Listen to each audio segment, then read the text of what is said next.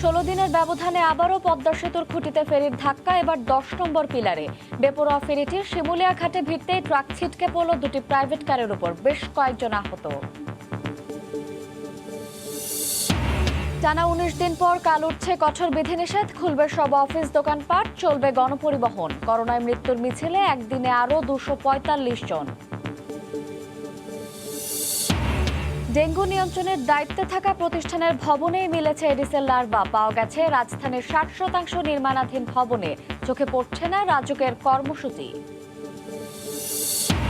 বিচার শেষ হওয়ার আগে সামাজিক মাধ্যমে হেনস্থার শিকার অনেক অভিযুক্ত। নারী আসামিরা লাঞ্ছিত কয়েক গুণ বেশি। প্রমাণের আগেই মিডিয়া ট্রায়াল, মানবাধিকার লঙ্ঘন।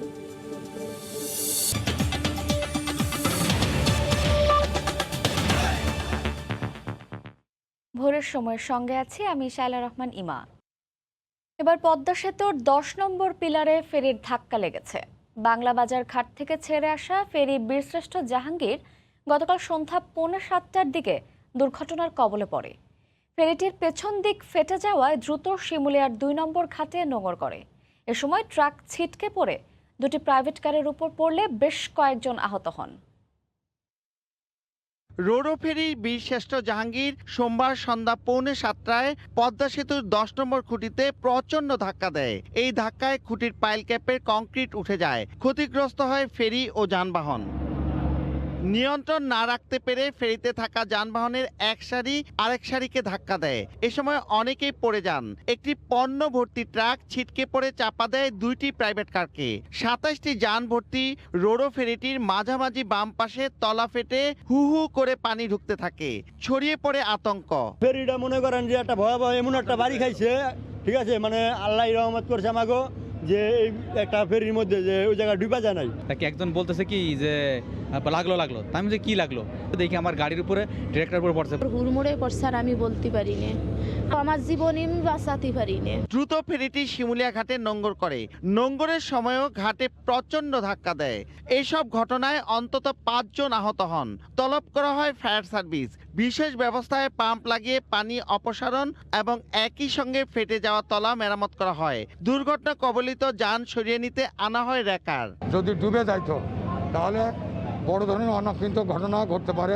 তো এ ব্যাপারে আমাদের ভবিষ্যতে আরও সতর্ক হওয়া উচিত। শ্রীনগর থেকে আমি আমার 2টা টিম নিয়ে ঘটনাস্থলে চলে আসি। আসার পরে দেখি যে আসলে আগুন তো লাগে নাই, পিছনের সাইডে বাড়ি লাগার পরে তলাটা ফেটে গেছে। তখন ওইখানে পানি উঠতেছিল, তখন আমরা আসছি, আইসা ওই পানিটা সেচার ব্যবস্থা করছি। পদ্মা সেতু কর্তৃপক্ষ জানায় খুঁটির পাইল ক্যাপের কিছু কংক্রিট উঠে গেছে, তবে সেতুর তেমন ক্ষতি হয়নি। ফেরিতে থাকা একটি ট্রাক মালভর্তি, সেটা একটা কাত হয়ে পাশে থাকা দুইটি প্রাইভেট কারের উপরে পড়ে যায় এবং সেই কার দুটি ধুয়ে মুছে যায়। ফেরির বাম পাশের মাঝামাঝি অংশে সেখানে কিছুটা ক্ষতি সাধিত হয়।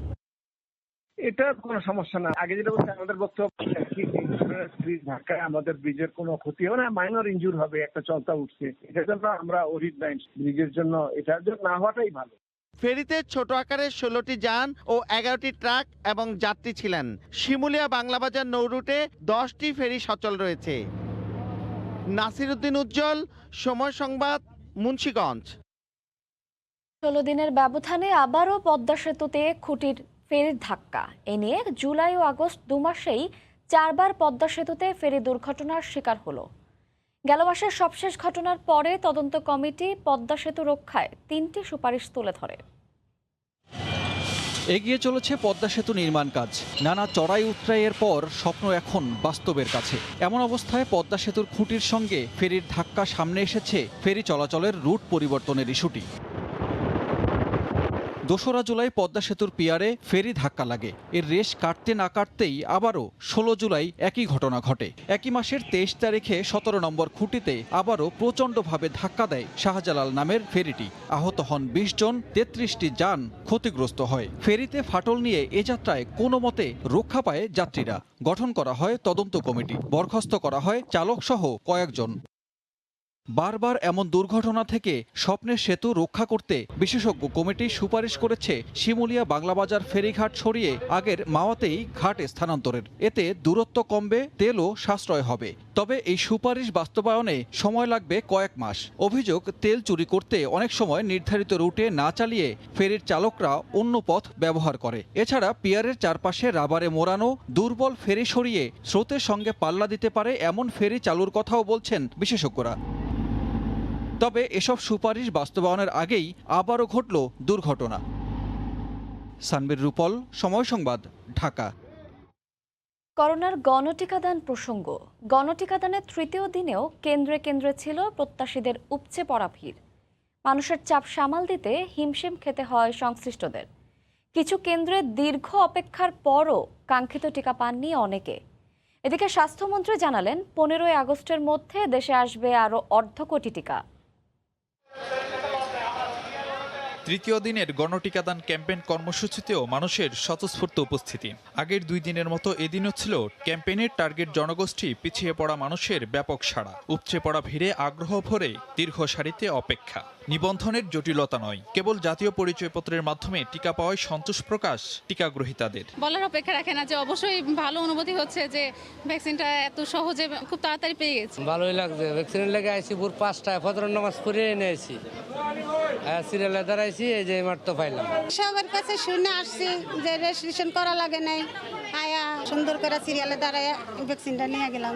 তবে চাহিদার তুলনায় টিকার কম মজুদে তৈরি হয়েছে অব্যবস্থাপনা। অনেক কেন্দ্রে ভোর থেকেই অপেক্ষায় থাকেন শত শত মানুষ। তারপরও অনেককে ফিরে যেতে হয় হতাশা নিয়ে। কোনো কোনো কেন্দ্রে কার্যক্রম শুরুর ঘণ্টা দেড়েকের মধ্যেই ফুরিয়ে যায় নির্ধারিত টিকা। সেই ঘুরে আসছি, লাইন ধরছি, তো টোকেন দিছে, এখন শেষ মেশ আইসা দেখি যে টিকা নাই। গতকালকে আসলাম, আইসা হয় নাই, আবার আজকে আসছি, ভোর 5টা বাজে আসছি, কারণ আবার বলতেছে আগামীকালকে আসতে। মানুষের যে আগ্রহ টিকার জন্য, তাতে আরো বাড়ালি ভরা সবচেয়ে থেকে এটা ভালো হয়। আরো সপ্তাহব্যাপী ক্যাম্পেইনে 32 লাখ টিকা দেওয়ার লক্ষ্যমাত্রা থাকলেও শুরুর 2 দিনেই প্রথম ডোজ নিয়েছেন 37 লাখের বেশি মানুষ। ক্রমবর্ধমান চাহিদার বিপরীতে বড় চ্যালেঞ্জ এখন মজুদ বাড়ানো। স্বাস্থ্যমন্ত্রী জানালেন, চলতি মাসে মিলবে আরও 1 কোটি টিকা, যার মধ্যে 54 লাখে আসছে সপ্তাহখানেকের মধ্যে। 15 তারিখের মধ্যে কোভ্যাক্স থেকে আরও 34 লক্ষ ভ্যাকসিন পৌঁছাবে এবং চায়না থেকে আমাদের ক্রয়কৃত 10 লক্ষ ভ্যাকসিন পৌঁছাবে এবং আরও 10 লক্ষ ওনারা উপহার হিসেবে দেবে।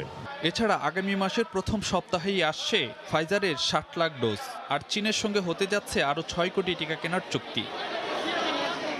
ফারুক ভিয়া, রবিন, সময় সংবাদ, ঢাকা।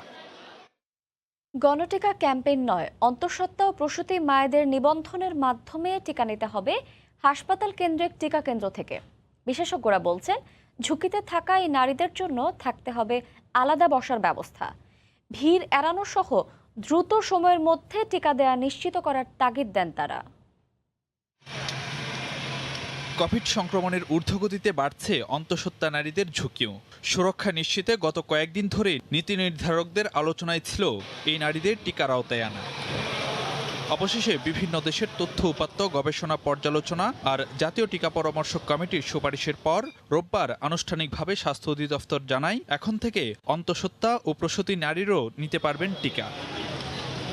তবে হাসপাতালে টিকা কেন্দ্রে লম্বা লাইনে দাঁড়িয়ে টিকা নেবেন নাকি আলাদা ব্যবস্থা থাকবে, এই বিষয় এখনো পরিষ্কার নয়। বিশেষজ্ঞরা বলছেন, অন্তঃসত্ত্বা ও প্রসূতি নারীদের জন্য আলাদা বসার ব্যবস্থা, ভিড় এড়ানো সহ দ্রুত সময়ের মধ্যে টিকা দেওয়া নিশ্চিত করা জরুরি। আমরা যদি তাদেরকে খবর দিই কে কবে এই টিকাটা নিয়ে আসবে, ইভেন আমরা যদি ইপিআই টিকার সাথেও এই টিকাটাকে যুক্ত করি গর্ভবতী মহিলা এবং দুগ্ধ দানকারী নারীদের জন্য, তাহলে তাদের জন্য এটা বরঞ্চ বেশি সুবিধা হবে। তারা বাচ্চাদের যেদিন টিকা নিতে যাবে সেই দিন এই টিকাটাও নিয়ে নেবে। স্বাস্থ্য অধিদপ্তর জানিয়েছে, গণটিকা ক্যাম্পেইন কর্মসূচির আওতায় আসবেন না অন্তঃসত্ত্বা ও প্রসূতি নারীরা। নিবন্ধনের মাধ্যমে তাদের টিকা নিতে হবে হাসপাতাল কেন্দ্রিক টিকা কেন্দ্র থেকে। এছাড়া টিকা নেয়ার দিন অসুস্থ, দীর্ঘমেয়াদী রোগ সহ বেশ কিছু ক্ষেত্রে টিকা নিতে পারবেন না অন্তঃসত্ত্বা নারীরা। টিকা দেওয়ার সাধারণ নিয়ম যেটা, যে এনআইডি দিয়ে নিবন্ধন করতে হবে, নিবন্ধন করার পরে কেন্দ্রে আপনি যাবেন, সেখানে ডাক্তারের সাথে কথা বলে পরামর্শ নিয়ে কনসেন্ট ফর্মে স্বাক্ষর করে গর্ভবতী মা টিকা নিতে পারবেন। দুগ্ধদানকারী মাদের জন্য কোনো কনসেন্ট ফর্মও লাগবে না, কোনো অনুমোদনও লাগবে না। বিশেষজ্ঞরা বলছেন, বিশ্বের বিভিন্ন দেশে অন্তঃসত্ত্বা নারীদের টিকা প্রয়োগে বিরূপ কোনো প্রতিক্রিয়া দেখা যায়নি। ফারুক ভিয়া, রবিন, সময় সংবাদ, ঢাকা। ডেল্টা ভ্যারিয়েন্টে বিপর্যস্ত পুরো দেশ, রোগীর চাপে হাসপাতালগুলো কোণঠাসা। আইসিইউ আর লাইফ সাপোর্টে থাকা রোগীর সংখ্যা বেড়েই চলেছে। একদিনে সারা দেশে মারা গেছেন 245 জন। সর্বাধিক মৃত্যু ঢাকা বিভাগে 83 জন, এরপরই চট্টগ্রামে মারা গেছেন 71 জন। রিপোর্টার ও জেলা প্রতিনিধিদের পাঠানো তথ্য ও ছবিতে রিপোর্ট। একের পর এক প্রাণ কেড়ে নিচ্ছে কোভিড-19, কোনোভাবেই থামানো যাচ্ছে না প্রাণঘাতী ভাইরাসটিকে। মৃত্যুর মিছিলে হাসপাতালের প্রাঙ্গণ হয়ে উঠছে বিষাদময়। মৃত্যু যন্ত্রণা কুরে কুরে খাচ্ছে রোগী ও স্বজনদের। দিনে দিনে আরও শক্তিশালী হচ্ছে ভারতীয় ডেল্টার রূপ। প্রতিফলন ঘটছে ঈদ পরবর্তী শঙ্কার। 24 ঘন্টায় সর্বাধিক 83 জন মারা গেছেন ঢাকা বিভাগে। তাদের মধ্যে ঢাকায় 52, গাজীপুরে 7 ও ফরিদপুরে 3 জন। ডেল্টা ভেরিয়েন্টের আগ্রাসী রূপ দেখছে চট্টগ্রাম বিভাগ। 24 ঘন্টায় মারা গেছেন 71 জন। তাদের মধ্যে কুমিল্লার 26 এবং চট্টগ্রাম ও ব্রাহ্মণবাড়িয়ার 13 জন করে। তৃতীয় সর্বোচ্চ মৃত্যু খুলনা বিভাগে 25 জন। তাদের মধ্যে কুষ্টিয়ার 9, ঝিনাইদহের 5 ও যশোরের 4 জন। ঈদুল আজহার সময় যে মানুষজন মেলামেশা করছে, স্বাস্থ্যবিধি মানে নাই, বিশেষ করে মাস্ক ব্যবহার করে নাই, এই সব কিছু মিলাই আমাদের করোনা রোগী ভর্তি বৃদ্ধি পেয়েছে। করোনায় বিধ্বস্ত রংপুর বিভাগ। 24 ঘন্টায় মারা গেছেন 19 জন। তাদের মধ্যে রংপুরের 5, ঠাকুরগাঁওয়ের 4 ও দিনাজপুরের 3 জন। সিলেট বিভাগেও ছড়িয়েছে করোনার দাপট। একদিনে বিভাগে 18 জন মারা গেছেন। তাদের মধ্যে সর্বোচ্চ সিলেট জেলায় 14 জন। কেউ যদি মারা যায় তখন আইসিইউ খালি হয়, অথবা কেউ রিলিজ পেলে, রিলিজের সংখ্যা খুব কম। করোনার দানবীয় থাবায় টালমাটাল ময়মনসিংহ বিভাগ। কোনোভাবেই নিয়ন্ত্রণে আসছে না মৃত্যু ও শনাক্তের হার। 24 ঘন্টায় বিভাগটিতে 13 জনের মৃত্যু হয়েছে। নিয়ন্ত্রণহীন পরিস্থিতি রাজশাহী বিভাগে। মৃত্যুর সূচকে কোনোভাবেই লাগাম টানা যাচ্ছে না। 24 ঘন্টায় বিভাগে 10 জন মারা গেছেন। বেড রয়েছে, তবে রোগীর চাপ বাড়ছে প্রতিনিয়ত। করোনায় বিপর্যস্ত বরিশাল বিভাগ। 24 ঘন্টায় 6 জনের প্রাণ ঝরেছে। আইসিইউ এর সংকটে বাড়ছে ভোগান্তি। কিছু কিছু ওষুধ বাইরে থেকে নেওয়া লাগছে। এই সমস্ত ওষুধগুলো যদি আমাদের হসপিটাল থেকে পুরোটাই সরবরাহ করতো, তাহলে আমাদের জন্য একটু আর্থিকভাবে সুবিধা হয়। আহসানুল করিম, সময় সংবাদ। কাল থেকে অর্ধেক গণপরিবহন চলার সিদ্ধান্তকে অবাস্তব বলছেন পরিবহন মালিক ও শ্রমিকরা। খোদ সড়ক পরিবহন ও সেতু মন্ত্রী ওবায়দুল কাদেরও প্রশ্ন তোলেন, অর্ধেক বাস চলছে কিনা এই গ্যারান্টি কে দিবে? আর মন্ত্রিপরিষদ সচিব বললেন, ঢাকা ও চট্টগ্রামে একসঙ্গে বেশি গাড়ির প্রবেশ ঠেকাতেই নেওয়া হচ্ছে সিদ্ধান্ত। রাজধানীতে গণপরিবহন সংকটে স্বাভাবিক সময়েই ভুগতে হয় খেটে খাওয়া মানুষকে। ঘন্টার পর ঘন্টা অপেক্ষাতেও মেলে না কাঙ্ক্ষিত বাহন। রোববার কঠোর বিধিনিষেধ শিথিলের প্রজ্ঞাপনে বলা হয়, বাসে শতভাগ আসনে যাত্রী বসলেও মোট সংখ্যার অর্ধেক চলবে রুটগুলিতে। পরিবহন সংশ্লিষ্টরা বলছেন, এক সিট ফাঁকা রেখেও যাত্রী ভিড় সামলানো যায়নি। সবকিছু খুলে দেওয়ার পর গণপরিবহনের সংখ্যা কমালে মানুষের চাপে সংক্রমণ ঝুঁকি আরও বাড়ার আশঙ্কা তাদের। অর্ধেক যদি চলে তা অর্ধেক শ্রমিক কি না খেয়ে মারা যাবে? মাইক্রো প্রাইভেট গাদাগাদি করে মানুষ টানে, তাতে করোনার কিছু হয় না। আমাদের বাস চললেই করোনা হয়। যদি সব গাড়ি চলতো তাহলে সিট অর্ধেক হলেও সব পরিবহন শ্রমিকও বাঁচত, আমরাও বাঁচতাম। স্থানীয় প্রশাসন ও পরিবহন মালিক শ্রমিক কর্তৃপক্ষকে তদারকির দায়িত্ব দেওয়া হলেও পরিবহন মালিকরা বলছেন, কবে কোন বাস চলবে তা নির্ণয় করা প্রায় অসম্ভব। হাজারো হাজারো গাড়ির মালিক সারা দেশে, এবং কেউর একটি মাত্র গাড়ি আছে। তাহলে এটা কিভাবে আমরা নির্ণয় করব কার কয়টা গাড়ি চলতেছে? এটা অনেকটা অসম্ভব ব্যাপার বলে আমি মনে করি। এদিকে এমন সিদ্ধান্ত নেয়ার আগে আলোচনা করা দরকার ছিল বলে মনে করেন সড়ক পরিবহন মন্ত্রী। আর মন্ত্রী পরিষদ সচিব বললেন, ঢাকা ও চট্টগ্রামে একসাথে বেশি গাড়ি প্রবেশ ঠেকাতেই নেওয়া হচ্ছে এ সিদ্ধান্ত। একসাথে যেন বেশি গাড়ি ঢাকার দিকে বা চিটাগাংয়ের দিকে না ঢুকে, তাহলে এইটা তারা প্রত্যেকটা লোকাল অ্যাডমিনিস্ট্রেশন ওনারা তাদের সাথে বসে ডিসিশন নেবে। আমরা এটা তাদের কাছে দায়িত্ব দিই। প্রজ্ঞাপনে যে এই বিষয়টি আমাদের মন্ত্রণালয় বিআরটি এর সঙ্গে সিদ্ধান্ত নেওয়ার আগে একটু আলোচনা করে নিলে ভালো হতো। কারণ এই যে চালু করতে গিয়ে অর্ধেক চালু হবে অর্ধেক হবে না, এটার গ্যারান্টি কে দেবে? এর আগে এক সিট ফাঁকা রেখে 60% ভাড়ায় বাস চললেও 11 আগস্ট থেকে আগের ভাড়ায় চলবে গণপরিবহন। তোহা খান তামিম, সময় সংবাদ, ঢাকা। ডেঙ্গু নিয়ন্ত্রণে তদারকি করার কথা যে প্রতিষ্ঠানের, উল্টো তাদের ঘরেই মিলছে এডিসের লার্ভা। জরিপ বলছে, চলতি বছর রাজধানীর 60% নির্মাণাধীন ভবনে লার্ভার সন্ধান মিলেছে। এডিসের লার্ভা ধ্বংসে মাঠ পর্যায়ে 2 সিটি কর্পোরেশনের চিরুনি অভিযান সহ নানা কর্মসূচি থাকলেও রিহ্যাব বা রাজকের মতো প্রতিষ্ঠানের দৃশ্যমান কোনো কর্মসূচি চোখে পড়ে না। এমনকি বাস্তবায়ন করা হয়নি ডেঙ্গু নিয়ন্ত্রণে বিচার বিভাগীয় তদন্ত কমিটির সুপারিশ। তোহা খান তামিমের রিপোর্ট।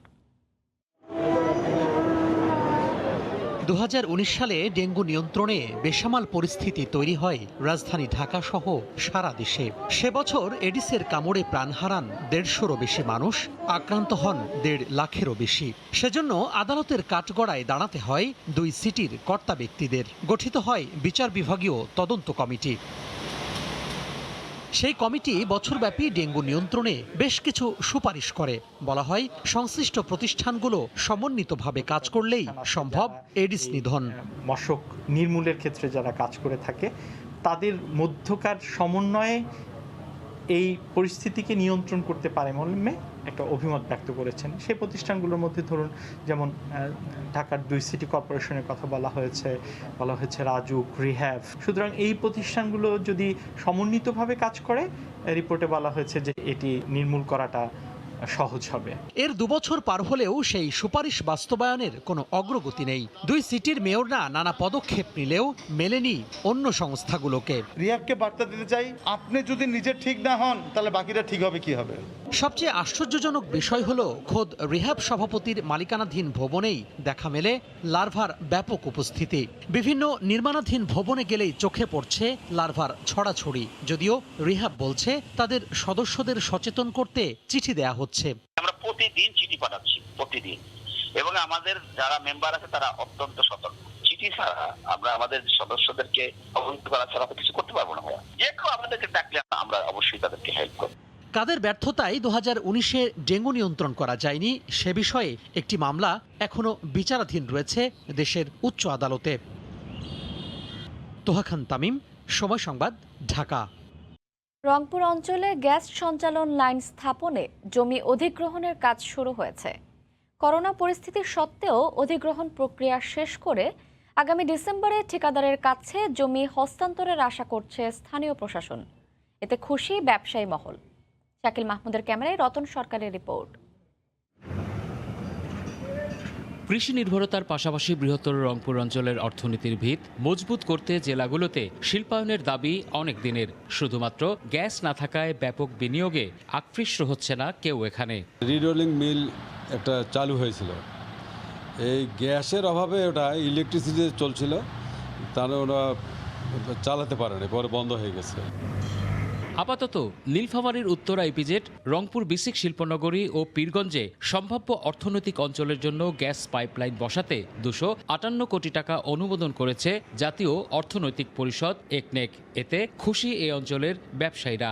আমরা যদি গ্যাস পাই তাহলে আমরা বিশ্বাস রাখি যে আমরা পার্শ্ববর্তী দেশগুলোতে শিল্পভিত্তিক পণ্য তৈরি করে রপ্তানিমুখর পরিবেশ তৈরি করতে পারবো। পাইপলাইনের মধ্যে গ্যাস সরবরাহ করলে এই এলাকার ক্ষুদ্র এবং বড় বৃহৎ শিল্প গড়ে উঠবে। জেলা প্রশাসন জানায়, জমি অধিগ্রহণের প্রক্রিয়া শেষ করে আগামী ডিসেম্বরে ঠিকাদারের কাছে জমি হস্তান্তরের লক্ষ্যে কাজ চলছে। করোনার কারণে বিভিন্ন সময়ে আমাদের কাজটা একটু মাঝে মাঝে হ্যাম্পার হয়েছে, কিন্তু তারপরেও আমরা এখনও আমাদের লক্ষ্য আছে যে ডিসেম্বরের মধ্যে কন্ট্রাক্টরের কাছে মন্ত্রণালয় যেন জমিটা বুঝিয়ে দিতে পারে, আমরা সেই লক্ষ্যে কাজ করছি। রংপুর বিসিক ও উত্তরা ইপিজেড সহ এ অঞ্চলে উল্লেখযোগ্য 80টির মতো শিল্প প্রতিষ্ঠান উৎপাদনে আছে। এসব শিল্পে এসেছে কিছু বিদেশি বিনিয়োগও। রতন সরকার, সময় সংবাদ, রংপুর। নারায়ণগঞ্জে ভাষা সৈনিক ও মুক্তিযোদ্ধা সহ অর্ধশতাধিক কবর ভরাট করার অভিযোগ উঠেছে। এ কাজে সিটি কর্পোরেশনের ঠিকাদার সহ সংশ্লিষ্টরা জড়িত বলে দাবি করেছেন স্থানীয় সংসদ সদস্য শামীম ওসমান। ভরাটকৃত কবরগুলো আগের অবস্থায় ফিরিয়ে আনার দাবি জানিয়েছেন তিনি। শওকত আলী সৈকতের পাঠানো তথ্য ও আরিফ হোসেনের ছবি নিয়ে রিপোর্ট।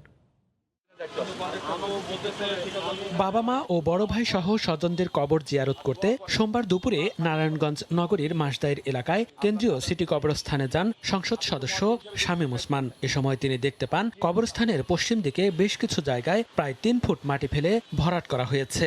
এতে কবরগুলো সমতল হয়ে মিশে গেছে। বাবা মার কবরের এমন অবস্থা দেখে নিজের আবেগ ধরে রাখতে পারেননি শামীম ওসমান।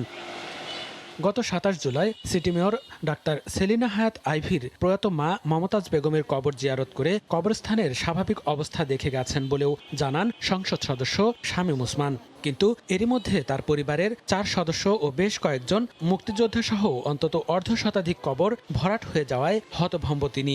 আমরা যেমন চাবো না যে মুসলমানের কবরের কোনো মাটি নিয়ে শ্মশানে দেওয়া হোক, যেটা তারা পছন্দ করবেন না, এটা উচিত না। যদিও আমরা হিন্দু মুসলমান বৌদ্ধ খ্রিস্টান ভাই সবাই একসাথে আছি, সেই শ্মশানের মাটিগুলি দিয়ে এই কবরগুলিকে ভরা হয়েছে, পিছনের কবরগুলিকে পর্যন্ত এই মাটিগুলি দেওয়া হয়েছে কেন? বেশ কয়েকজন মুক্তিযোদ্ধার কবরের সাইনবোর্ডও ভেঙে ফেলার দাবি করেন শামীম ওসমান। মুক্তিযোদ্ধাদের অবমাননা সহ ধর্মীয় অনুভূতিতে চরম আঘাত হানার অভিযোগ করেন। একই সঙ্গে কবরগুলো দ্রুত আগের অবস্থায় ফিরিয়ে আনতে সংশ্লিষ্টদের নির্দেশ দেন। কে মানবে যে আমার বাবা মার কবর উপরে শ্মশানের মাটি আসবে? আমি অনুরোধ করব যারা এর জন্য দায়ী, সিটি কর্পোরেশন, তারা তাদের বিরুদ্ধে ব্যবস্থা গ্রহণ করবেন এবং ঠিক যেইভাবে কবরগুলি ছিল ঠিক সেই জায়গায় ফিরিয়ে আনবেন। ভুল স্বীকার করে একে অপরকে দোষারোপ করছেন কবরস্থানের রক্ষণাবেক্ষণে নিয়োজিত খাদেম ও সিটি কর্পোরেশনের ঠিকাদার। কন্ট্রাক্টর ওইখানে রাখছে, হ্যাঁ কন্ট্রাক্টর সিটি কর্পোরেশন থেকে মাটিটা ভিতরে ফেলাইছে, ওইখানে রাখছে, ওইখানে রাখাটাই বিশাব্দের কবরটা একটু ওই মাটিটাই ধুয়ে আসছে। ওনারা বললো যে আপনারা এই বাউন্ডারি ওয়ালের বাইরে কিছু মাটি হালায় দেন, ওনারা বলারতে আমি ফালাইছি, এটা আমার ভুল হয়েছে, আমি মাটিটা সরাই ফেলবো। নারায়ণগঞ্জের শতাধিক বছরের প্রাচীন সিটি কবরস্থানের উত্তর পশ্চিম পাশে শ্মশান ছাড়াও বৌদ্ধ ও খ্রিস্টান সম্প্রদায়ের মরদেহ সৎকারের নির্ধারিত স্থান রয়েছে। একসাথে 4 ধর্মের মানুষের মরদেহ দাফন ও সৎকারের স্থান দেশের আর কোথাও নেই। সময় সংবাদ, নারায়ণগঞ্জ। কিশোরগঞ্জের বাজিতপুরে আধিপত্য বিস্তার নিয়ে বর্তমান ও সাবেক ইউপি চেয়ারম্যানের হামলা মামলার জেরে ভয়ে এলাকা ছেড়েছে অন্তত 50টি পরিবারের লোকজন। থানায় অভিযোগ করেও মিলছে না প্রতিকার। পুলিশের ভাষ্য, তদন্ত করে আইনানুগ ব্যবস্থা নেওয়া হবে। কিশোরগঞ্জ প্রতিনিধি নূর মোহাম্মদের তথ্য, ছবি নিয়ে রিপোর্ট। এলাকায় আধিপত্য বিস্তার নিয়ে গত 7 জুন বাজিতপুর উপজেলার দিলালপুর ইউনিয়নের বাহিরনগর গ্রামে বর্তমান চেয়ারম্যান গোলাম কিবরিয়া নভেল এবং সাবেক চেয়ারম্যান মিসবাউদ্দিন খান সাফির সমর্থকদের মধ্যে সংঘর্ষ হয়। এতে সাফি সমর্থক মুজিবুর রহমান নামে একজন মারা যান, উভয় পক্ষে আহত হন অন্তত 15 জন। পরদিন বর্তমান চেয়ারম্যান নভেল সহ 1.5 শতাধিক লোককে আসামি করে বাজিতপুর থানায় হত্যা মামলা দায়ের করেন সাবেক চেয়ারম্যান সাফির লোকজন। মামলা দায়েরের পর আসামি ও তাদের স্বজনদের বাড়িতে হামলা চালায় সাফির লোকজন। এ সময় বাড়িঘর ভাঙচুর ও লুটপাট করা হয়। আবারও হামলার ভয়ে পালিয়ে বেড়াচ্ছে অন্তত 50টি পরিবার। এ বিষয়ে থানায় অভিযোগ করা হলেও মামলা না নেয়ার অভিযোগ ভুক্তভোগীদের। সব মিলে আমরা সব চলেছি, আরো রাতে আমরা রান্না করতে কাজে লাগতো, দেখা দিতাম, এটা সুবিধা থাকে আমরা জানাইতে পারছি না। দেশে দেশে বর্তমানে ফোলাফান করতেছি, ঘর থাকলে কি খাওয়ার নাই, কায়েম করতে কে দেশে দেশে স্বামীরা ঘুরাইতেছে, অযথা মামলা যেদিন মামলা সেদিন আমার স্বামী বাড়িতে আছি না। ঘরের মালামাল যা নিচ্ছে, মেয়ের স্বর্ণ নিচ্ছে 2 ভরি, আর একটা সিনজি গাড়ি নিচ্ছে। হামলা ভাঙচুরের ঘটনায় লিখিত অভিযোগ পাওয়ার কথা স্বীকার করেন বাজিতপুর থানার ভারপ্রাপ্ত কর্মকর্তা। বলেন, তদন্ত করে আইনানুগ ব্যবস্থা নেওয়া হবে। যারা হত্যা করেছে তাদের ঘরবাড়িতে কিছু হামলা হয়েছে, আমরা এর আগে লিখিত কোনো অভিযোগ পাইনি, আমরা রিসেন্টলি পেয়েছি, আমরা তদন্ত করে ব্যবস্থা নেব। এলাকায় প্রভাব বিস্তার নিয়ে দীর্ঘদিন ধরেই বর্তমান ও সাবেক চেয়ারম্যানের মধ্যে বিরোধ চলছে বলে জানান স্থানীয়রা। সময় সংবাদ, কিশোরগঞ্জ। খাগড়াছড়িতে করোনা সংক্রমণ বাড়ার পাশাপাশি চাহিদা বাড়ছে আক্রান্ত রোগীদের জন্য অক্সিজেনের। হাসপাতালের পাশাপাশি ঘরে থেকে অনেক রোগী চিকিৎসা নিচ্ছেন, আর ঘরে থেকে চিকিৎসা নেওয়া অধিকাংশ রোগীদের অক্সিজেনের সেবা পৌঁছে দিচ্ছেন বাংলাদেশ রেড ক্রিসেন্ট সোসাইটির সদস্যরা। 24 ঘন্টায় সেবা দিতে প্রস্তুত রয়েছে প্রশিক্ষণপ্রাপ্ত রেড ক্রিসেন্টের 15 জন যুব সদস্য। ইউনিটের হটলাইন নাম্বারে কল পাওয়া মাত্র ছুটছেন রোগীর ঘরে। খাগড়াছড়ির প্রতিনিধি জিতেন বড়ুয়ার পাঠানো তথ্য, ছবি নিয়ে রিপোর্ট।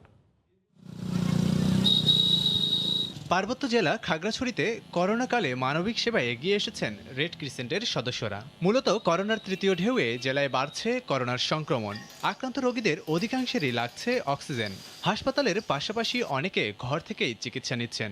ঘরে চিকিৎসা নেওয়া করোনা আক্রান্ত রোগীদের অক্সিজেন সিলিন্ডার সেবা দিতে এগিয়ে এসেছেন জেলার বাংলাদেশ রেড ক্রিসেন্ট সোসাইটির এক ঝাঁক স্বেচ্ছাসেবক। ওনাদেরকে বলছি জানাচ্ছি কতটা, ওরা যতটুকু পারে আমাদেরকে একটা নতুন অক্সিজেন সিলিন্ডার দিয়ে গেছে। এলাকা থেকে কল আসে যে ওনাদের অক্সিজেন সার্ভিস প্রয়োজন, তো আমরা সেখানে দ্রুত ওনাদের অক্সিজেন সেবাটা দেওয়ার জন্য চেষ্টা করি। আর অক্সিজেন সেবার সাথে সাথে আমরা এখানে টিকার কার্যক্রমও চালিয়ে যাচ্ছি। শুধুমাত্র অক্সিজেন সেবাই নয়, মহামারী করোনার সংকটের শুরু থেকেই সম্মুখ সারির অন্য পেশাজীবীদের সাথে বিনা পারিশ্রমিকে কাজ করে যাচ্ছেন রেড ক্রিসেন্ট সোসাইটির সদস্যরা। অক্সিজেন সেবাটা মূলত তাদেরকে দিই যারা একেবারে হাসপাতাল আসা পর্যন্ত আসতে পারে না বা অক্সিজেনের ঘাটতি থেকে যায়। গত 13 জুলাই থেকে 5টি অক্সিজেন সিলিন্ডার দিয়ে খাগড়াছড়িতে শুরু হয়েছে বিনামূল্যে অক্সিজেন সেবা। আপাতত খাগড়াছড়ি পৌরসভার মধ্যে এই সেবা চালু থাকলেও আরও সিলিন্ডার পেলে এই সেবার পরিধি বাড়ানোর কথা জানান সংশ্লিষ্টরা। খাগড়াছড়িতে যে পরিমাণে করোনা রোগী বাড়ছে সেটার তুলনায় আমাদের লজিস্টিক সাপোর্ট খুবই কম, অক্সিজেন সাপোর্টও কম। জেলায় 11,509 জনের নমুনায় 2,190 জন করোনা শনাক্ত ও 17 জনের মৃত্যু হয়েছে। সময় সংবাদ, খাগড়াছড়ি। দিনাজপুরের ফুলবাড়িতে প্রধানমন্ত্রীর উপহারের ঘর পেয়ে মানুষগুলো যতটা আশায় বুক বেঁধেছিলেন ততটাই যেন হতাশ দুর্বল অবকাঠামো আর পানি, বিদ্যুৎ ও যাতায়াত সমস্যার কারণে। অভিযোগের সত্যতা যাচাইয়ে প্রকল্প এলাকা পরিদর্শন করেছেন ঊর্ধ্বতন কর্মকর্তারা। বাসিন্দাদের আত্মকর্মসংস্থানের ব্যবস্থা করার কথা জানায় স্থানীয় প্রশাসন। গোলাম নবী দুলালের তথ্য, মঞ্জিদ আলম শিমুলের ছবি নিয়ে রিপোর্ট। খয়েরবাড়ি ইউনিয়নের বালুপাড়া এ অঞ্চলের সবচেয়ে বড় আশ্রয়ণ প্রকল্প। বরাদ্দ পেয়ে ঘরে ওঠার 2 থেকে 3 মাসের মধ্যেই মেঝে দেবে যাওয়া, প্লাস্টার ওঠা এবং চাল দিয়ে পানি পড়ার অভিযোগ বসবাসকারীদের। ভিত্তি এবং উপর হলো আপনার নিলটন, এই দুটা জিনিস কিন্তু ঘরের মেন।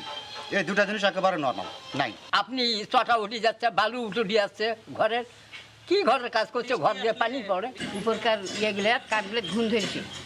আমি আজকে একটু বিরাট শান্তি ফেলাইছি। ঝড় তুফানে যদি ঘর উল্টে যায় তাহলে আমরা কিভাবে থাকবো? পানি নাই, টিউবওয়েলও খারাপ হয়ে আছে। আমার বাড়ির সামনে টিউবওয়েলটাও খারাপ হয়ে আছে, ঠিক করে দেয় না। রাস্তাঘাটের সমস্যা, রাস্তাটা যদি ভালো করে দেয় অনেক ভালো হয়।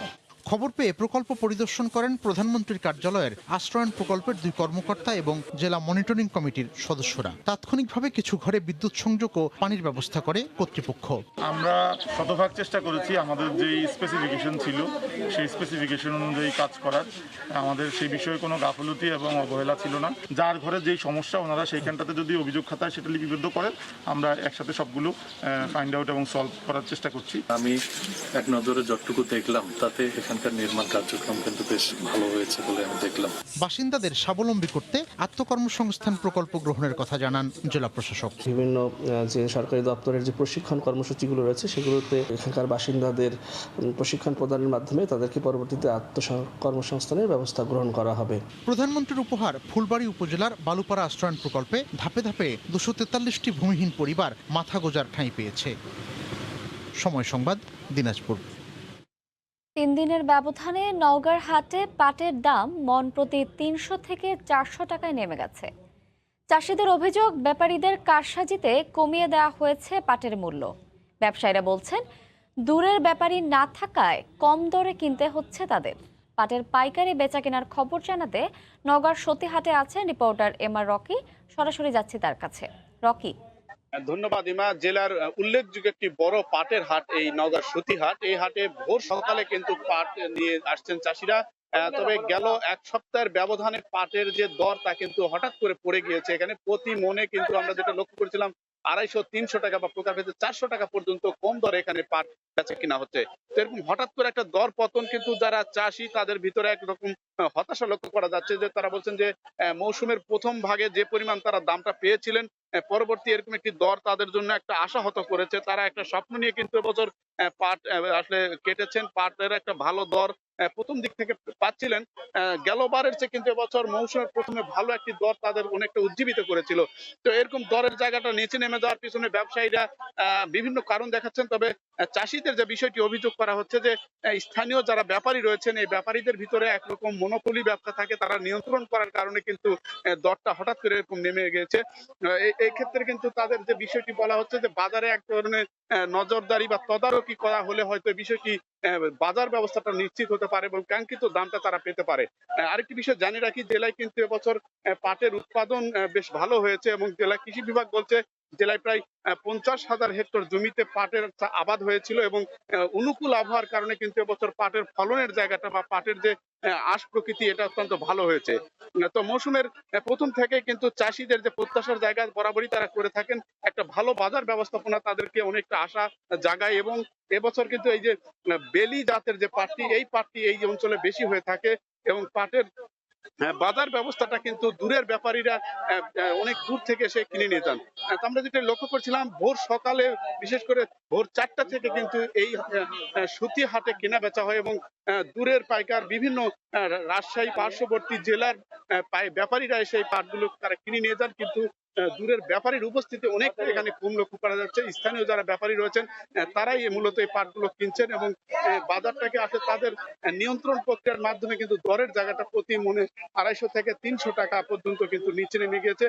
আজকের বাজারে আমরা যেটা লক্ষ্য করছিলাম 2700 থেকে 2800 টাকা প্রতি মনে পাট বিক্রি হচ্ছে, যেটা বিগত দিনে কিন্তু এটা 3200 টাকা পর্যন্ত তারা বিক্রি করেছিলেন।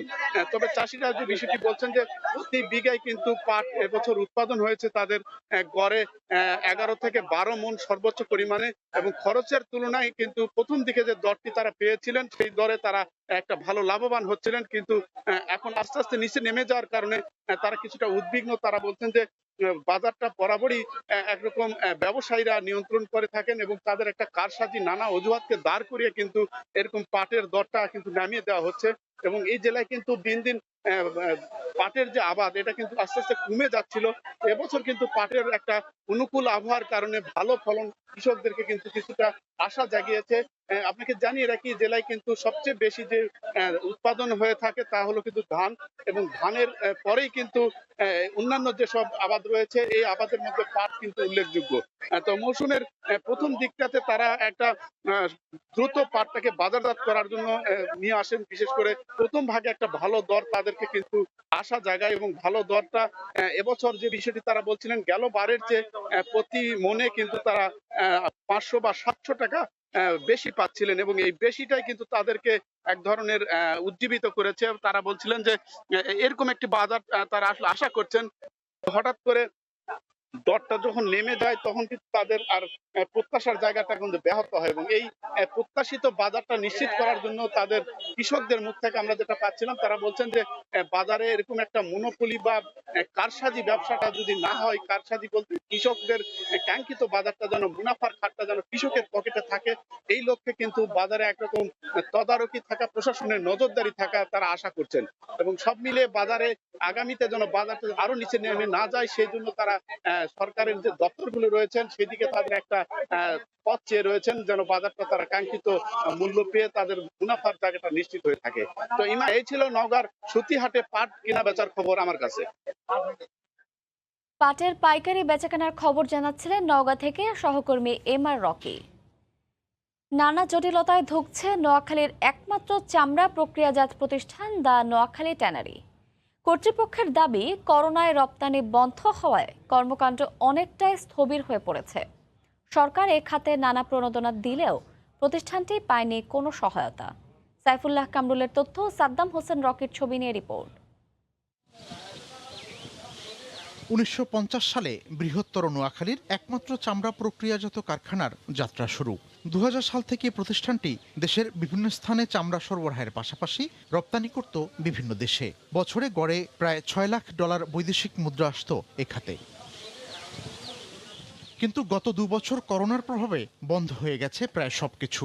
এখন মাত্র 30 থেকে 32 জন শ্রমিক নিয়ে কোনো মতে কাজ চলছে। কয়েক বছর আগের চামড়াও স্তূপাকারে পড়ে আছে, অনেক যন্ত্রপাতিও বিকল হওয়ার পথে। 2 বছর চায়নার সাথে আমাদের কোম্পানির ব্যবসা বাণিজ্য বন্ধ, যার কারণে আমরা শ্রমিকেরা অনেক কষ্টে আছি। 60-70 জন লোকে কাজ করছি, এখন 20-30 জনের শ্রমিক আছে। কাজ কাম তেমন নাই, আমরা খুব কষ্টতে আছি। আমাদের এখানে যদি একটা ইটিভি প্ল্যান থাকে আমাদের কাজ সুবিধা হবে। কর্তৃপক্ষের দাবি, করোনা মহামারীর পাশাপাশি চামড়ার চাহিদা না থাকা, কেমিক্যালের দুষ্প্রাপ্যতা, শ্রমিকদের বেতন মজুরি বৃদ্ধি সহ নানা কারণে প্রতিষ্ঠানটি ধুঁকছে। আগে প্রতি মৌসুমে গরুর 1.5 লাখ, ছাগলের 2 লাখ ও 50,000 মহিষের চামড়া প্রক্রিয়াজাত করা হতো। এবছর তা নেমে এসেছে কয়েক হাজারে। আরো অত্যাধুনিক আপগ্রেড করার জন্য যদি গভর্নমেন্ট শিল্প মন্ত্রণালয় যদি আমাদেরকে কিছু পরিমাণ সহযোগিতা করে তাহলে এই এই প্রতিষ্ঠানটা আরও আপগ্রেড হওয়ার সম্ভাবনা আছে। সোনাপুরের দত্তেরহাটের গোপাই গ্রামের এই শিল্প কারখানাটি নিজ উদ্যোগে প্রতিষ্ঠা করেন স্থানীয় উদ্যোক্তা সাইদ মিয়া। সময় সংবাদ, নোয়াখালী। প্রতি বছরের বর্ষা মৌসুমে মুন্সিগঞ্জের শ্রীনগরের ছনবাড়িতে বর্ষে আখের হাট। ভোরে জমে ওঠে বেচাকেনা। দূর দূরান্তের পাইকাররা আসেন আখ কিনতে। তবে হাটে চড়া মূল্যে আখ বিক্রি হচ্ছে বলে জানান ক্রেতারা। আরও জানাচ্ছেন নাসিরউদ্দিন উজ্জ্বল, ছবি তুলেছেন আবু সাইদ। মুন্সিগঞ্জের ঐতিহ্যবাহী সনবাড়ি হাট ভোর থেকেই জমে ওঠে আখ বেচাকেনা। দূর দূরান্ত থেকে পাইকাররা আসেন হাটে। তবে চাহিদার চেয়ে হাটে আখ সরবরাহ কম, এতে দামও কিছুটা বেশি রাখার অভিযোগ ক্রেতাদের। প্রতিটি আখ বিক্রি হচ্ছে 5 থেকে 13 টাকায়। বাড়তি আয়ের জন্য, বাড়তি টাকা পাওয়ার জন্য এই কৃষকরা আলুর জমিতে আখের আবাদ করে। অন্যান্য বছর থেকে এবার একটু বাজার বাড়তি, কারণ মাল এবার কম। লেবার পাচ্ছি না, মালের দাম বেশি, আমাকে গৃহস্থলী ক্ষতিগ্রস্ত হইতেছে। আমরা নৌকাতে আনতে পারি না বিদায় এখন বর্তমানে বেন্দা আনতে হয়, অনেক খরচ পড়ে যায়। মুন্সিগঞ্জ জেলায় আখ চাষ বেড়ে যাওয়ায় এই অঞ্চলে চিনিকল করার পরামর্শ কৃষি বিভাগের। গত বছরের চাইতে প্রায় 30 হেক্টর জমিতে এবার আখের চাষ বেশি হয়েছে। মুন্সিগঞ্জতে সিরাজদিখানে আখের চাষটা সবচেয়ে বেশি হয়। চলতি মৌসুমে জেলায় 546 হেক্টর জমিতে আখের আবাদ হয়েছে। নাসিরউদ্দিন উজ্জ্বল, সময় সংবাদ, মুন্সিগঞ্জ। কুষ্টিয়ায় বেড়েই চলেছে করোনায় আক্রান্ত এবং মৃত্যুর সংখ্যা। স্বজনদের আহাজারিতে ভারী হয়ে উঠেছে হাসপাতাল চত্বর। শয্যা সংকটের কারণে চিকিৎসা দিতে হিমশিম খাচ্ছে হাসপাতাল কর্তৃপক্ষ। এই মুহূর্তে কুষ্টিয়া জেনারেল হাসপাতালের সামনে আছেন রিপোর্টার SM রাশেদ। সরাসরি যাচ্ছি তার কাছে। রাশেদ। ইমা, আপনারা যেভাবে বলছেন, আসলে মূলত কুষ্টিয়ায় কিন্তু করোনা আক্রান্ত রোগীর সংখ্যা দিন দিন বৃদ্ধিই পাচ্ছে এবং সেই সাথে বৃদ্ধি পাচ্ছে মৃত্যুর সংখ্যাও। গত 24 ঘন্টায় শুধুমাত্র এই কুষ্টিয়া করোনা ডেডিকেটেড হাসপাতালে কিন্তু মারা গিয়েছে 15 জন করোনা আক্রান্ত রোগী এবং এছাড়া কিন্তু 200 আজ পর্যন্ত কিন্তু 166 জন করোনা রোগী কিন্তু শনাক্ত হয়েছে এই কুষ্টিয়া জেলাতে। তো কুষ্টিয়া জেলার হাসপাতালে এখন যে রোগীর চাপ, আসলে মূলত কুষ্টিয়া আশেপাশে বিভিন্ন জেলা থেকে অনেক রোগী কিন্তু এসে চিকিৎসার জন্য এখানে আসছে, যার কারণে কিন্তু অতিরিক্ত রোগীর চাপ সামলাতে হচ্ছে কুষ্টিয়া জেনারেল হাসপাতালে এর কর্তৃপক্ষকে। তো কুষ্টিয়া জেনারেল হাসপাতালের যিনি আবাসিক মেডিকেল অফিসার আছেন, উনি আমাদেরকে জানিয়েছেন যে ইতিমধ্যে কিন্তু শুধুমাত্র কুষ্টিয়া জেলাতেই এই করোনা হাসপাতালে 241 জন রোগী এখন চিকিৎসা নিচ্ছে। এর মধ্যে কুষ্টিয়ার বাইরের অনেক রোগীও কিন্তু রয়েছে, যার কারণে আসলে অতিরিক্ত রোগীকে চিকিৎসা দেওয়া এবং তাদেরকে আসলে রিকভারি করা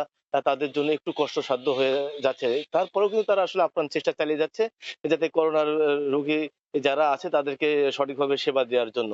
গত কুষ্টিয়ার আবাসিক তত্ত্বাবধায়ক মেডিকেল কলেজের তত্ত্বাবধায়ক আমাদেরকে জানিয়েছেন মূলত এই এখন পর্যন্ত কিন্তু কুষ্টিয়ার এই করোনা ডেডিকেটেড হাসপাতালে ডাক্তার, নার্স এবং স্বাস্থ্যকর্মী সহ মোট 77 জন কিন্তু করোনায় আক্রান্ত হয়েছে।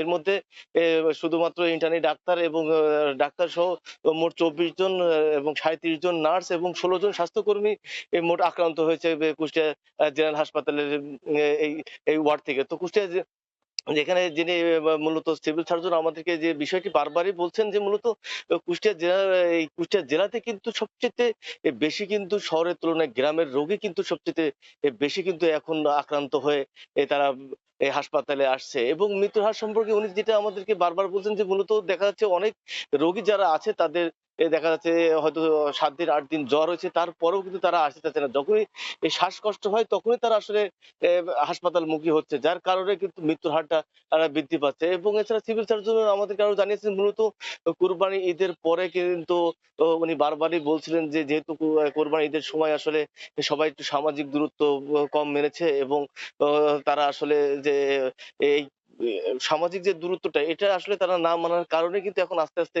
প্রতিনিয়ত বৃদ্ধি পাবে কিন্তু আসলে করোনা আক্রান্ত রোগীর সংখ্যা। এবং এই কুষ্টিয়া ডেডিকেটেড হাসপাতালের যে বিষয়টি তত্ত্বাবধায়ক আমাদেরকে জানিয়েছেন যে এখন পর্যন্ত কিন্তু 200 সিটের বিপরীতে কিন্তু কেন্দ্রীয় অক্সিজেনের ব্যবস্থা রয়েছে এবং বাকি যে রোগী যারা আছে তাদেরকে সিলিন্ডারের মাধ্যমে চিকিৎসা দেয়া হচ্ছে। তবে অতিরিক্ত রোগীর চাপে আসলে ডাক্তার, নার্স এবং স্বাস্থ্যকর্মী যারা আছে তারা আসলে নানা ধরনের সমস্যার সম্মুখীন হচ্ছে। তবে সবচাইতে একটা বিষয় হলো যে প্রতিনিয়তই কিন্তু প্রতিদিনই কিন্তু কুষ্টিয়া এই সদর হাসপাতালে যে সামনে থেকে কিন্তু আসলে অনেক, বিশেষ করে মৃত যারা আছেন করোনা আক্রান্ত, তাদের কিন্তু আত্মীয় স্বজন যারা আছেন তাদের আসলে আহাজারিতে কিন্তু ভারী হয়ে উঠছে, এবং এটা কিন্তু প্রতিদিনকারই এখানকার একটা ঘটনা। এবং এছাড়া এখন যারা অসুস্থ, যারা করোনা আক্রান্ত রোগী রয়েছে, তাদের পরিবারের সদস্যরা বারবারই কিন্তু বলছে যে আসলে অতিরিক্ত বাইরে থেকে যে ওষুধগুলো কিনতে হচ্ছে, যার কারণে তাদের অতিরিক্ত টাকা ব্যয় হচ্ছে।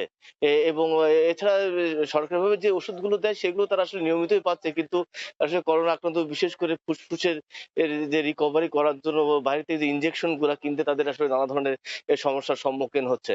তো কুষ্টিয়া জেলা প্রশাসক আসলে আমাদেরকে জানিয়েছে যে করোনা নিয়ন্ত্রণের ব্যাপারে আসলে তারা ইতিমধ্যে কিন্তু নানাভাবে সামাজিক যাতে সচেতনতা এবং সামাজিক দূরত্ব যাতে বজায় রাখে সে বিষয়ে তারা আসলে নজরদারি রাখছে, এবং পুলিশের পক্ষ থেকেও কিন্তু সামাজিক দূরত্ব বজায় রাখার জন্য নানা ধরনের ব্যবস্থা গ্রহণ করা হয়েছে। তো ইমা, কুষ্টিয়া জেনারেল হাসপাতালের থেকে মৃত্যুর সংখ্যা এবং করোনা আক্রান্ত রোগীদের নিয়ে এই ছিল আমার কাছে সর্বশেষ তথ্য।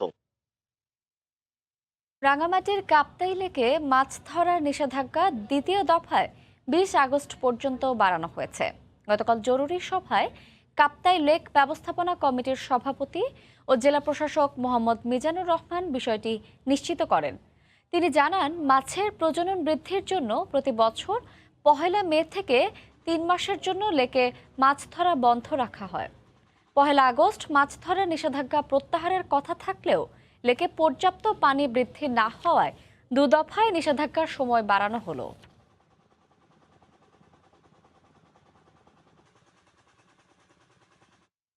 পটুয়াখালীর কুয়াকাটা সমুদ্র সৈকতে আবারও ভেসে এলো 2টি মৃত ডলফিন। গতকাল 12:30টায় সৈকতের কম্পিউটার সেন্টার পয়েন্ট এলাকায় 8 ফুট দৈর্ঘ্যের ডলফিন দুটি দেখে মৎস্য বিভাগকে খবর দেন স্থানীয়রা। কলাপাড়া উপজেলার সিনিয়র মৎস্য কর্মকর্তা অপু সাহা জানান, প্রাথমিকভাবে একটি ডলফিনকে ইরাবতী ও অপরটিকে হ্যামব্যাক প্রজাতির বলে ধারণা করা হচ্ছে। তাদের মুখে আঘাতের চিহ্নও রয়েছে। বন্যপ্রাণী আইনে জটিলতা থাকায় ডলফিন দুটিকে সংরক্ষণ বা ময়নাতদন্ত করা সম্ভব হয়নি, তাই মাটি চাপা দেওয়া হয়েছে। এর আগে শনিবার সন্ধ্যায় ব্লক পয়েন্ট এলাকায় একই দৈর্ঘ্যের একটি ডলফিন ভেসে আসে।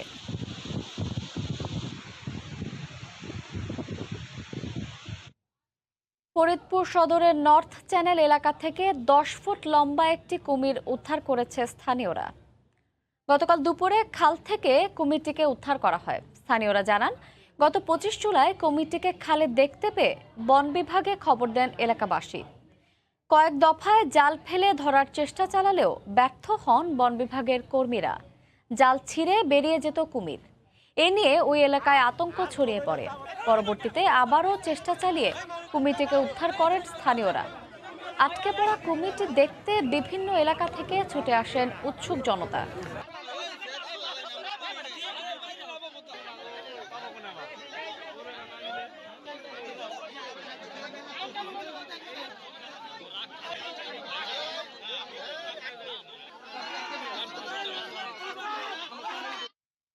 গতকাল সন্ধ্যায় বাংলা বাজার ঘাট এলাকা থেকে আসা একটি ফেরি পদ্মা সেতুর 10 নম্বর পিলারে ধাক্কা দেয়।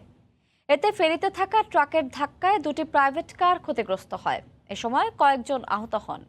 এ বিষয়ে আরও জানাতে মাওয়া প্রান্তে আছেন সহকর্মী নাসির উদ্দিন উজ্জ্বল। সরাসরি যাচ্ছি তার কাছে। উজ্জ্বল, ইমা, এই পদ্মা সেতুর যে 10 নম্বর খুঁটিতে আঘাতটি করা হয়েছে, এই বিষয়ে কিন্তু আপনারা জানেন যে গেলকাল যে এই পদ্মা সেতুর এই যে আঘাত, এই আঘাত নিয়ে অনেক আলোচনা চলছে, কিন্তু গেল 23 জুলাই যে এর আগে আঘাতটি লেগেছিল, সেই আঘাতের পরবর্তীতে কিন্তু একটি তদন্ত কমিটি হয়েছিল। যে তদন্ত কমিটি 25 তারিখেই রিপোর্ট পেশ করে, যে রিপোর্টে 3টি সুপারিশ ছিল। তার মধ্যে এই অন্যতম সুপারিশ ছিল যে ঘাট সরিয়ে না, এখন যে বাংলা বাজার ঘাট সেটি রয়েছে উজানে, আর এই মাওয়া প্রান্তে যে শিমুলিয়া ঘাট সেটি রয়েছে ভাটিতে। এই উজান আর ভাটির কারণে কিন্তু পদ্মা সেতু ক্রস করতে হচ্ছে, এবং যে কারণে ঝুঁকি থেকে যাচ্ছে। কিন্তু এই তদন্ত কমিটি জানিয়েছিল যে এই তাদের সুপারিশে যে এইটি 2টি যদি ঘাট ভাটিতে থাকে বা 2টি যদি উজানে থাকে তাহলে ক্রসটি করতে হয় না। সে কারণে শিমুলিয়া ঘাটকে কিন্তু 2.5 কিলোমিটার পশ্চিমে যেটি মা পুরনো ঘাট সেখানে নিয়ে আসার সুপারিশ ছিল, নতুবা এই বাংলা বাজার ঘাটটি যেটি উজানে আছে সেটিকে 8 কিলোমিটার ভাটিতে পূর্ব দিকে মাঝিকান্দিতে নিয়ে আসার বিষয়টি ছিল এবং সেগুলো নিয়ে কিন্তু অনেক আলাপ আলোচনা চলছিল। এর পাশাপাশি কিন্তু আরেকটি সুপারিশ ছিল যেটি পদ্মা সেতুর যে খুঁটি রয়েছে, যেগুলো পাইল ক্যাপ রয়েছে, সেই পাইল ক্যাপে মধ্যে রাবার স্থাপন করা, যেটি ধাক্কা লাগলেও যে রাবারের কারণে কোনো ক্ষতি না হয় ফেরি অথবা সেতুর, সেই বিষয়টি। এছাড়া ছিল যে এই বাংলা বাজার শিমুলিয়া ঘাটে যে ফেরি চলাচল করছে সেগুলো যে এই প্রবল স্রোতে পাল্লা দিয়ে চলার মতো সক্ষমতা আছে, এরকম ফেরিগুলোকে কিন্তু এখানে চালানোর কথা।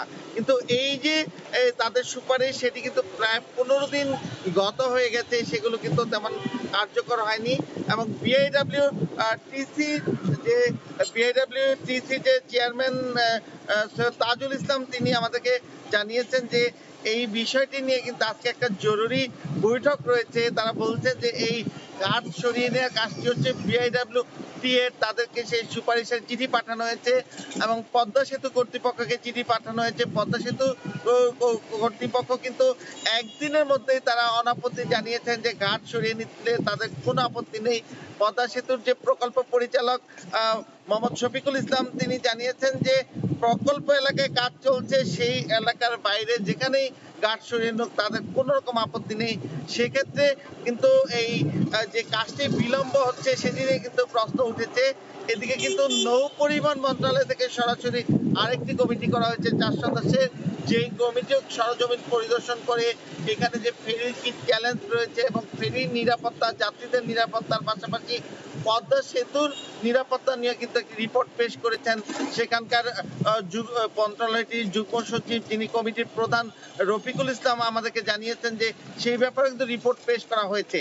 তো এখন যে ঘটনাগুলো ঘটছে একের পর এক, জুলাই মাসে 3 বার পদ্মা সেতুর খুঁটিতে আঘাত করা এবং সবশেষ যে গতকাল 10 নম্বর খুঁটিতে আঘাত করা, এই ঘটনাগুলো কিন্তু নানা রকম চ্যালেঞ্জ তৈরি করছে। পদ্মা সেতু কর্তৃপক্ষ বলছে এই আঘাতে ফেরি কোনো রকম ক্ষতি হচ্ছে না।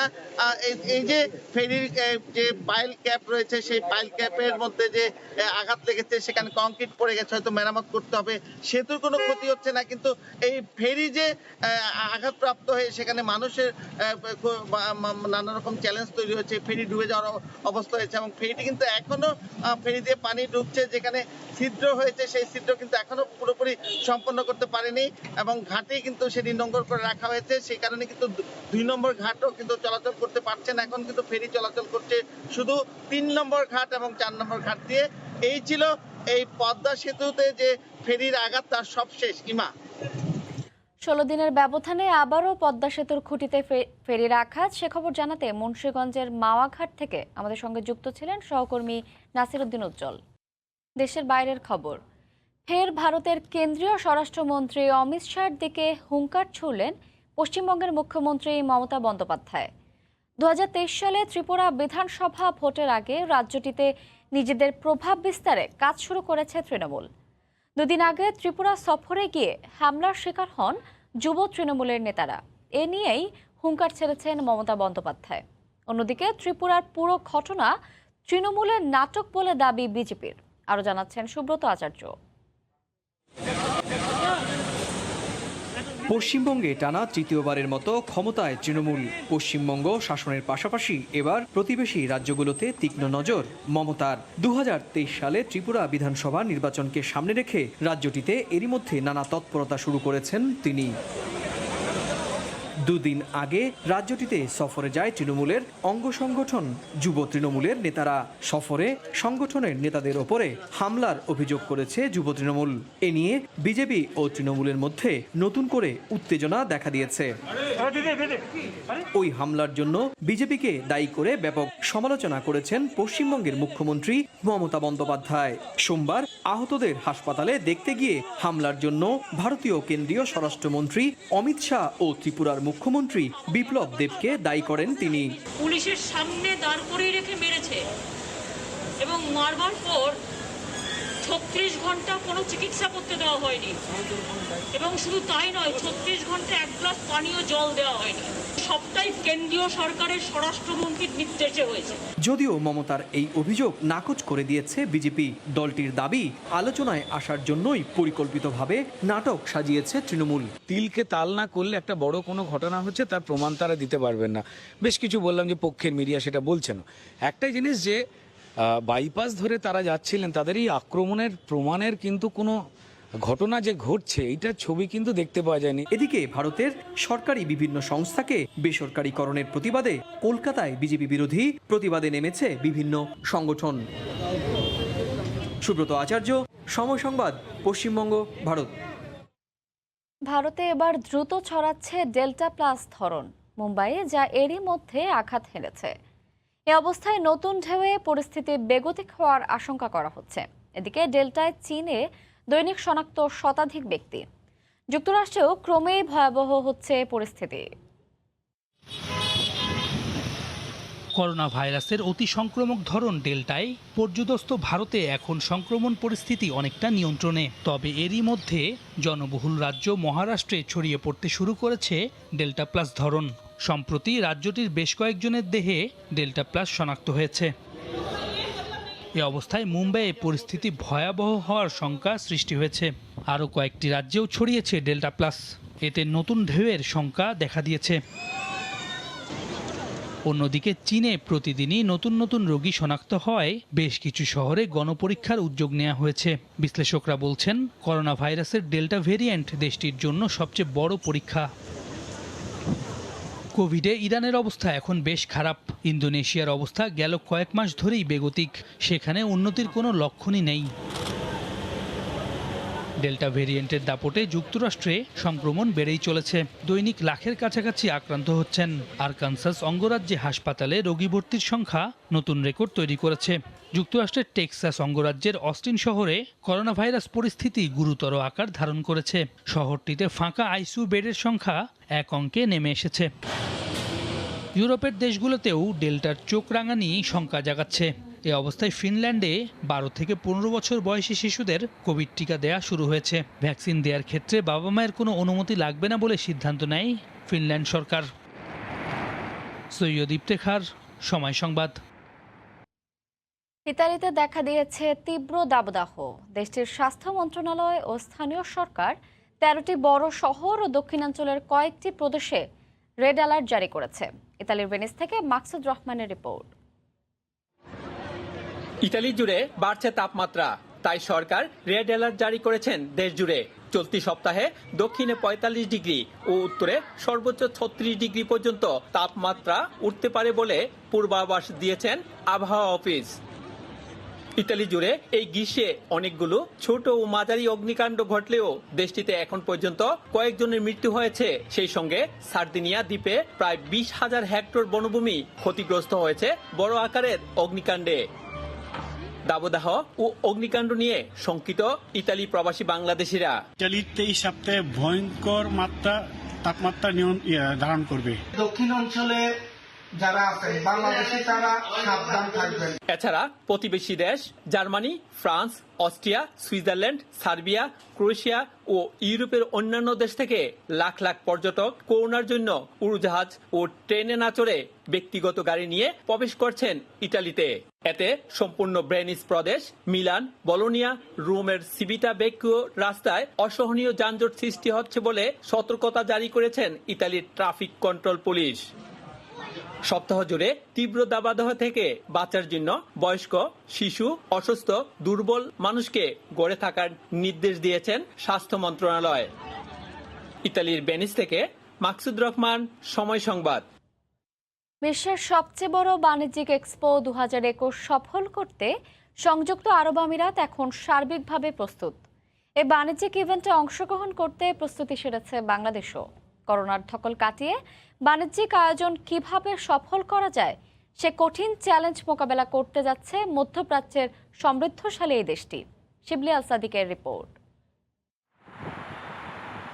আগামী 1 অক্টোবর থেকে সংযুক্ত আরব আমিরাতে শুরু হতে যাচ্ছে এক্সপো 2021। 2020 সালে এই ইভেন্ট হওয়ার কথা থাকলেও করোনার কারণে বাধ্য হয়ে তা স্থগিত করতে হয়। ফলে এবার অনেক চ্যালেঞ্জের মুখে বিশ্বের সবচেয়ে বড় বাণিজ্যিক ইভেন্টটি, যা সফল করতে প্রস্তুতি গ্রহণ করেছে দেশটি। এক্সপোতে বিশ্ব বাণিজ্যে বাংলাদেশকে আরও ব্যাপকভাবে অগ্রসর করতে প্যাভিলিয়ন স্থাপন করা হয়েছে। একটা বড় চ্যালেঞ্জ হচ্ছে ভারতবর্ষে যে ইনফেকশন রেটটা বেড়ে যাচ্ছে, যেখানে বাংলাদেশেও এখন করোনার অবস্থা ভালো না। এটা যদি আগামী 1-1.5 মাসের মধ্যে ওভারকাম করা যায়, তাহলে এক্সপোতে প্রচুর দক্ষিণ এশিয়ার লোকজন আসতে পারবে, যেটা এই এক্সপোকে অত্যন্ত সাফল্য মণ্ডিত করবে। বাংলাদেশি ব্যবসায়ীরা ওখানে তাদের ক্লায়েন্টদের সাথে ওখানে বসে কথা বলতে পারবে, ওখানে মিটিং করতে পারবে, B2B তাদের যে মিটিংগুলো আছে ওগুলো ওখানে করার সুযোগ আছে, এবং এটার জন্য কোনো পে করতে হবে না, এটা ফ্রি অফ কস্টে বাংলাদেশ প্যাভিলিয়নে করতে পারবে। বাংলাদেশের নিজস্ব প্যাভিলিয়ন স্থাপনের জন্য মোট ব্যয় 22 কোটি 60 লাখ টাকা। এক্সপো 2020 উপলক্ষে বাংলাদেশের যে প্যাভিলিয়ন নির্মিত হচ্ছে, যেটির কাজ চলমান এবং প্রায় শেষের দিকে, সব মিলে খরচের পরিমাণ দাঁড়াবে প্রায় 22 কোটি টাকা। এই আয়োজনের মাধ্যমে বাংলাদেশে বাণিজ্য ও বিনিয়োগ বৃদ্ধি পাবে, এমনটাই আশা সংশ্লিষ্টদের। শিবলি আল সাদিক, সময় সংবাদ, সংযুক্ত আরব আমিরাত। যে কোনো জয় দলের আত্মবিশ্বাস বাড়ায়, আর তা যদি হয় অস্ট্রেলিয়ার মতো দলের বিপক্ষে, তাহলে তো পোয়া বারো। উইকেট বা কন্ডিশন নিয়ে অভিযোগ না করে জয়টাকেই তাই মুখ্য করে দেখছেন ম্যাচ ও সিরিজ সেরা সাকিব আল হাসান। বিশ্বকাপের আগে নিউজিল্যান্ডের বিপক্ষে সিরিজেও এ জয় বড় ভূমিকা রাখবে বলেই মত তার। এদিকে দলের তারকা ক্রিকেটারদের ছাড়াই বাংলাদেশ সফরের জন্য 15 সদস্যের দল ঘোষণা করেছে নিউজিল্যান্ড। অধিনায়কের দায়িত্ব দেওয়া হয়েছে টম ল্যাথামকে। বাংলাদেশ, পাকিস্তান, ভারত সফর ছাড়াও টি-20 বিশ্বকাপের জন্য সবার আগে দল দিল নিউজিল্যান্ড। বিশ্বকাপের দলে তারকা ক্রিকেটাররা থাকলেও দ্বিপাক্ষিক সিরিজগুলোর দল সাজানো হয়েছে অপেক্ষাকৃত অনভিজ্ঞ ক্রিকেটারদের নিয়ে। Kane Williamson, Boult, Conway, Ferguson, Neesham, Guptill কেউই নেই বাংলাদেশ সফরের স্কোয়াডে। মূলত আইপিএলের জন্যই দলের নিয়মিত সদস্যদের ছাড়াই দেওয়া হয়েছে বাংলাদেশ সফরের দল। স্কোয়াডের বাকি সদস্যরা হলেন Finn Allen, Hamish Bennett, Tom Blundell, Doug Bracewell, Grant Home, Jacob Duffy, Scott Kuggeleijn, Henry Nicholls, Ajaz Patel, Rachin Ravindra, Ben Sears, Blair Tickner, Will Young ও কোল ম্যাকঞ্চি। আগামী 1 সেপ্টেম্বর মিরপুর শুরু হবে 5 ম্যাচ টি-20 সিরিজ। ভোরের সময়ে শীর্ষ সংবাদ জানিয়ে দিচ্ছে আরেকবার। 16 দিনের ব্যবধানে আবারও পদ্মা সেতুর খুঁটিতে ফেরির ধাক্কা, এবার 10 নম্বর পিলারে। বেপরোয়া ফেরিটি শিমুলিয়া ঘাটে ভিড়তেই ট্রাক ছিটকে পড়ল দুটি প্রাইভেট কারের উপর, বেশ কয়েকজন আহত। টানা 19 দিন পর কাল উঠছে কঠোর বিধিনিষেধ, খুলবে সব অফিস, দোকানপাট, চলবে গণপরিবহন। করোনায় মৃত্যুর মিছিলে একদিনে আরও 245 জন। ডেঙ্গু নিয়ন্ত্রণের দায়িত্বে থাকা প্রতিষ্ঠানের ভবনেই মিলেছে এডিসের লার্ভা। পাওয়া গেছে রাজধানীর 60% নির্মাণাধীন ভবনে। চোখে পড়ছে না রাজুকের কর্মসূচি। বিচার শেষ হওয়ার আগেই সামাজিক মাধ্যমে হেনস্থার শিকার অনেক অভিযুক্ত।